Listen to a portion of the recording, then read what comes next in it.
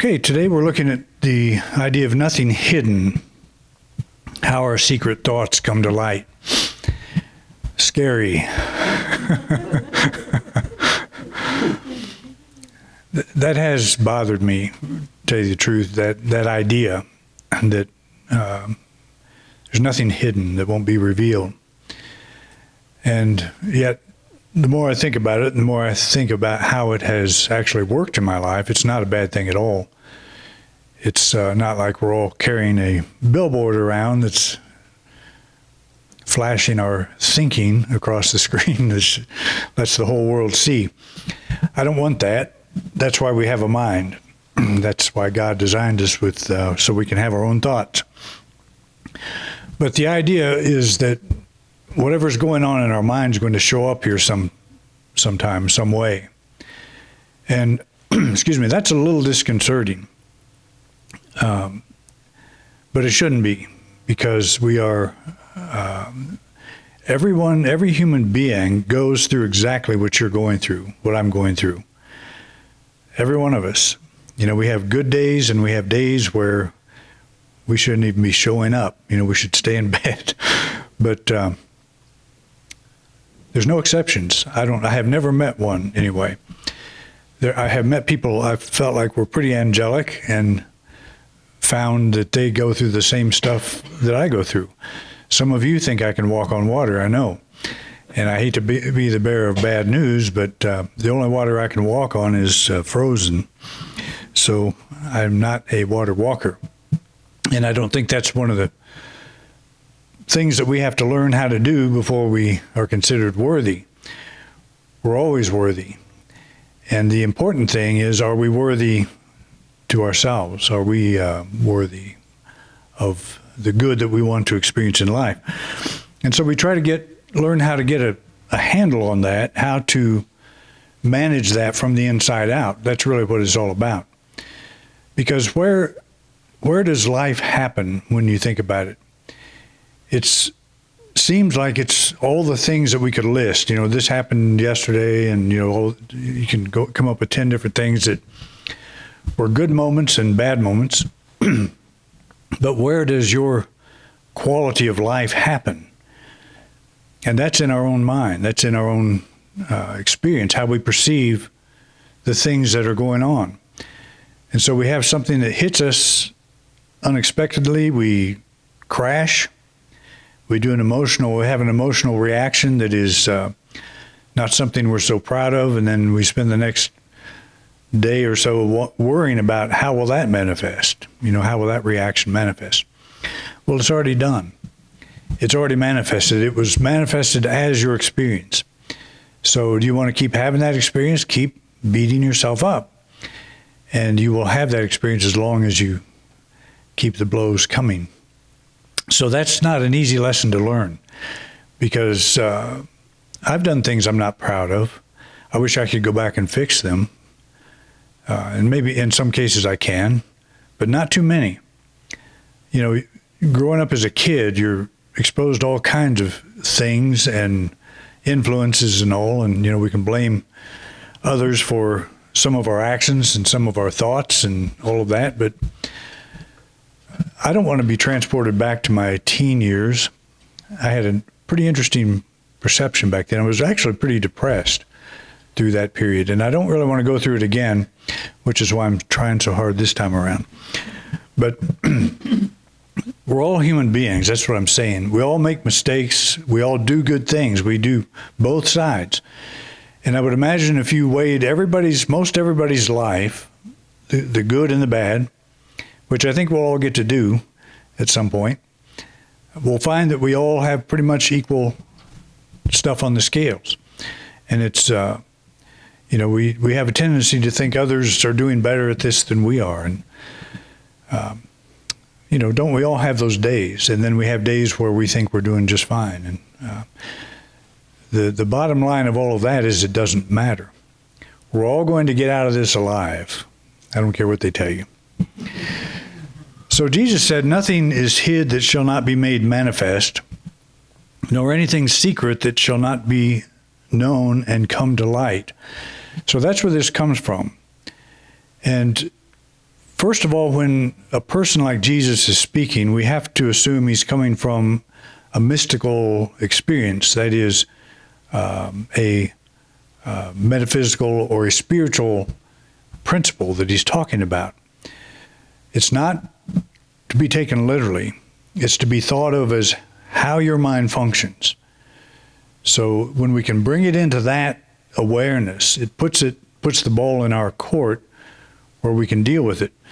Because it might feel like if we hold negative thoughts, the whole world is going to know that someday. And maybe they will, and yes, those things do manifest. Lifestyles come out of lifestyles of thinking. We know that, and we can trace stuff back to individuals. But that's not our concern. That's not our problem. Again, we're all in this together. We're all experiencing similar things in that sense. We have good days, we have bad days. Truth is, we just have days, and we have different perceptions on how we approach those days. But every person understands that. You could say to anybody on this planet, have you ever had a bad day? And you would get 100%, yes, I have had a bad day. Actually have had several of those things, so nothing new. So this passage provides a good statement concerning the relationship between our everyday thinking and the condition and quality of our life. It really points to the importance of being true to the highest and best self. So when you think of that principle that everything's going to manifest, what's that want us to do? What is that asking us to do? Or what's that saying, pay attention to this? We're all aspiring to that. And so if my deepest thoughts are going to be made known at some point, not necessarily broadcast, but known even to myself, if the ramifications of that are self-directed, then it makes me more conscious of, is this thinking I'm involved in now, is it for the best and highest? Is it going to be something that I want to have come back to me and to be echoed back in the environment of my mind? And that's, it's just a way to monitor myself. And again, even though that, you're going to have those moments, we all do, where we are not real proud of the way we are looking at a thing. The hardest thing about being a minister is I stand up here and I tell you all how to do it, and I have to do it myself. And so often I will find myself having a negative reaction and thinking, what would they all think if they knew I did this? What would they think if they knew that I went down into this negative, dark valley, this place of that nobody wants to be? What I would hope you would say is, oh, he's just like me. I do that too. But the ministry is, there are a lot of people that are taking advantage of that cloak of self-righteousness. That I was watching a video this week about the 50 worst ministers on the planet. And I wasn't among them, fortunately, because I'm virtually unknown, but the ones we know best were the top of the list. So, but the reason is because the minister is supposed to walk the straight and narrow. We're never supposed to step off that path. Well, I have been, I think, honest enough with all of you that I'm one of you. You're one of me. We're all in this together. And it's that's not a confession. It's just a statement of fact. It's hard sometimes to be a human. Sometimes I wish I hadn't made that choice. It's difficult carrying this body around sometimes. And the relationships that we're involved in, we can say things, they can be taken wrong. We can have an experience that we didn't even know we were going to have. And it's, that happens all the time. It can happen all the time. And we live in a very polarized society at the moment, which is completely unnecessary, but we do. And it's, it's just part of the human experience. It's always been part of it. But it's something we all, I mean, that's what we're dealing with. So if you don't have a bad day, that would be the surprise. If you don't have negative reactions to some of the things that pop up, that's what would be a surprise. Do you think Jesus was in a real good mood when he was turning over tables and whipping people with a whip? He made a whip of cords, it says, which means he tied the things in knots so it would hurt worse when he hit you. Was he in a loving mood, all accepting? You guys are just, being human, and you're just like me. And what he was reacting to is, you're in a sacred place, something I consider sacred, and you're doing something that I consider very unsacred. And so he blew up. He had a temper tantrum. And that could be one of the things that got him killed. Very possible, because the Jews would not have taken too kindly to that. But hope he learned his lesson. So we don't always want the world to see what's on our minds. If we're honest, many of us will admit that our everyday thinking does not always reflect the best self we aspire to be. This may be a concern if our most negative thoughts come to light as our experience. So this poor guy is laboring with all these, I can't do it, I'm not worthy, I must be perfect. That's a good one. That's the one I work on all the time. I must not make a mistake. Gosh, I'm not good enough. Anybody ever have that feeling? Don't raise your hand. Just, nobody loves me. So we carry these things around. Do we want them where the world can see it? If we put on a smile, we want the world to always think we're happy. And we're not always happy. So we don't want the world to see that, but who has to see it? That's the question. Who's the most important person that has to see that? That's what we're working toward. It's us. We're the ones that view that. And so we're not doing this for anybody else. We're doing this for ourselves. We're looking at what's going on in our thought processes and in the quality of life we're experiencing in here. And we're doing our best to make that better. So to do that is to be conscious, to be mindful of what's going on.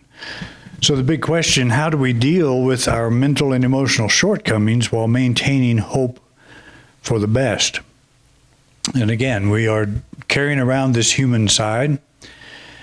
And the mistake that we are making is we are trying to make our self-image, that body-based self-image, into something that the soul has already achieved. And that's a complete impossibility. It is not possible. And I got into the ministry thinking that was the objective, is I'm going to become the Christ. I'm going to become a Jesus-like figure. That's my goal.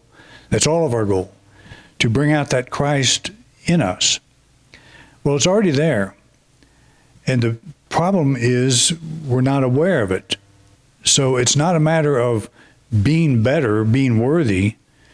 It's a matter of learning to discover that which is my core being is already there. I don't have to improve it. There's no room for improvement of the soul. But we have this intellectual picture that we've got to make our personal self-image look like that.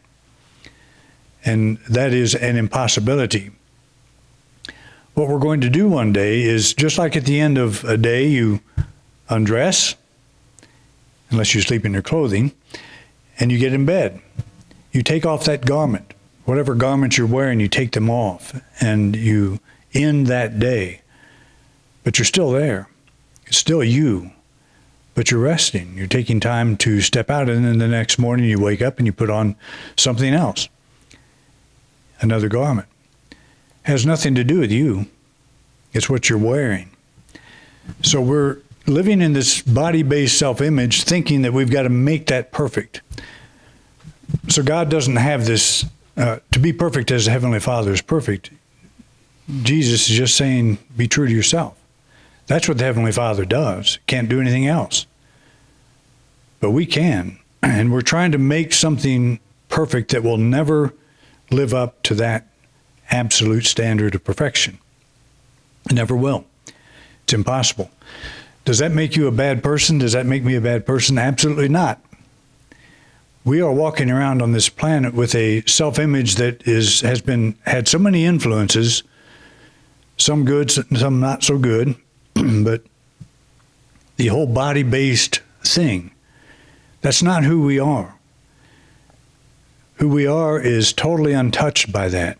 And that is, to me, the key to salvation, the key to freedom, to be able to live each day with my pros and cons, with all the things I do wrong and all the things I do right. None of those things matter in the long run. Nothing changes the nature of the soul. I think that's a huge revelation that we all can benefit from. So one insight that I have gleaned from my NDE research, near-death experience research, is that during a life review, the experiencer is often given the opportunity to relive the best and the worst of what they have done. And I show these video screens because a lot of them describe the life review in that way, that it's like seeing different screens, and whichever one they look at, that's a period in their life. And when they look at it, it comes to them in just absolute, they relive it. They actually have that experience again. And not only do they have that experience, they not only recall the cringeworthy moments when they harmed another person, they actually experience the feelings of those people. The same is true of the good that they've done for others. That is something I cannot explain. I don't know how it works, but this keeps coming up. People say it over and over again.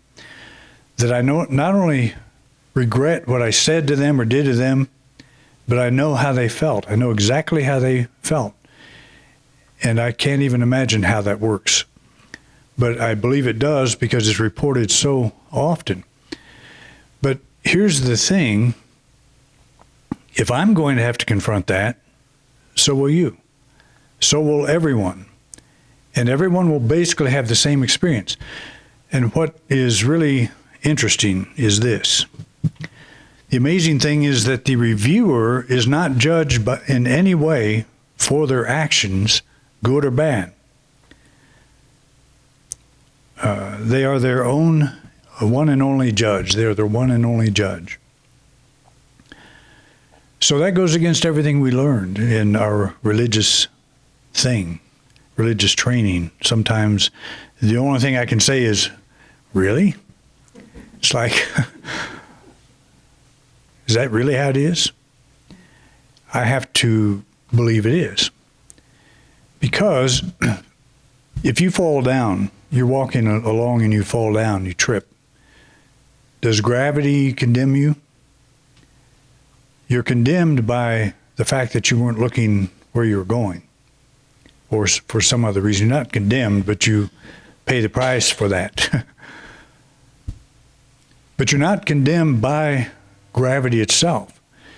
And that's how we have to think of God, as God is life, God is love, power, intelligence, energy.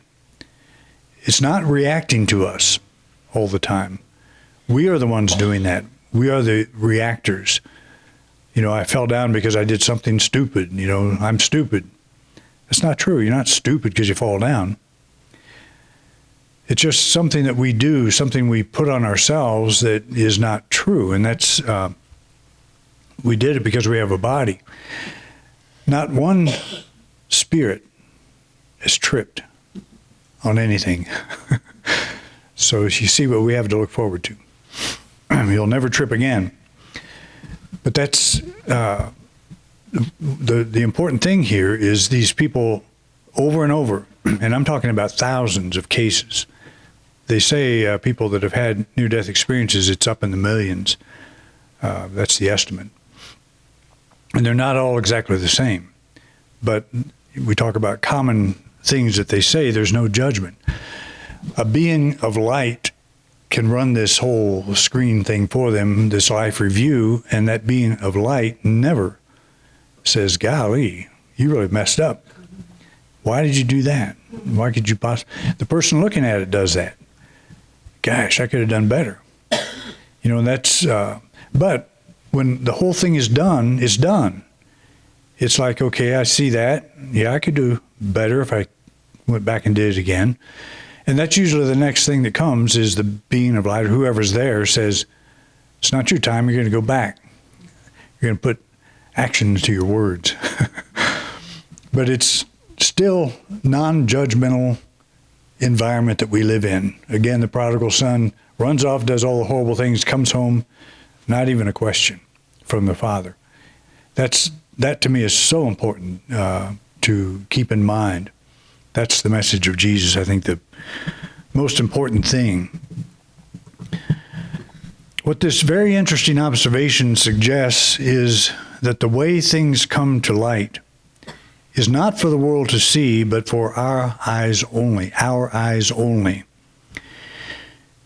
It is in some way brought to our attention. In this light, the following passage makes perfect sense. For with the judgment you pronounce, you will be judged, and the measure you give will be the measure you get. We might normally think of that as if we do bad, we'll get ours, or if that person did this to me, they're going to get theirs. That's none of our concern, and that's difficult to not buy into that. But it's true. It's like, I have my stuff to deal with. I have my life. I'll have my life review. They will have theirs. And I don't have to go to theirs and say, now look, do you see what you did there? See what you did to me? What you will see in their life review is, why did you react to them that way? The ball will always come back to us. And if we can think of that as we're taking each step, as we're going through life, it will make life so much easier. And I will be the first to say, I don't always do that. I react like every other human being I know. And the saving grace is one day it won't matter, but it matters at that moment. If I'm trying to live a life that I feel is free from these kinds of reactions, then the opportunity to do that is in that thing that just happened. It's in what that person just said, or in what circumstances just developed. That I look at those and I say, this too shall pass. And the biggest question we could ask is, will I be proud of how I handled it while it was happening? That's a life review. It's a life review in the moment. And that's the most important one.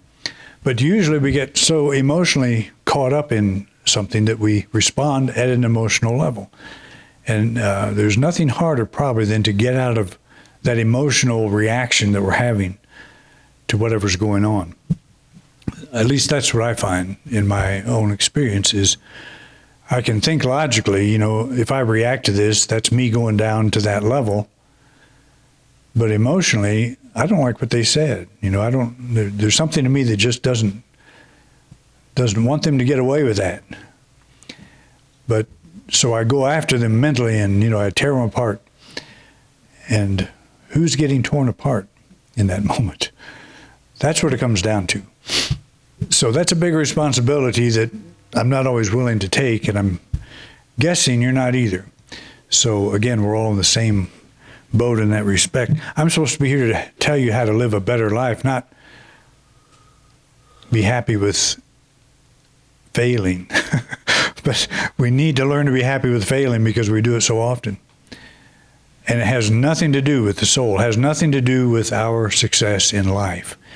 It has to do with how we experience a given situation. So if we can keep that in perspective, that helps, I think. Self-inflicted pain. I'm into cartoons today, I guess. Everything that concerns us happens in real time, that is, in the now moment. Any pain we may inflict on another is brought to light as our current experience. The world may not see it, but we do. And that's the importance of putting value on you, on how you see it, how you experience life, because again, you can say something to somebody, you can feel like you're getting even or getting back at them, and you give them what they deserve, and you can feel good about that, but it doesn't work that way, really, because what we give out, we get back in some way, and we may not see it unfold right at that particular moment. And I don't know when we see it unfold, if we will ever see it unfold, but that moment that we're having the experience, that we're having the reaction, that's the quality of life. That's where it is.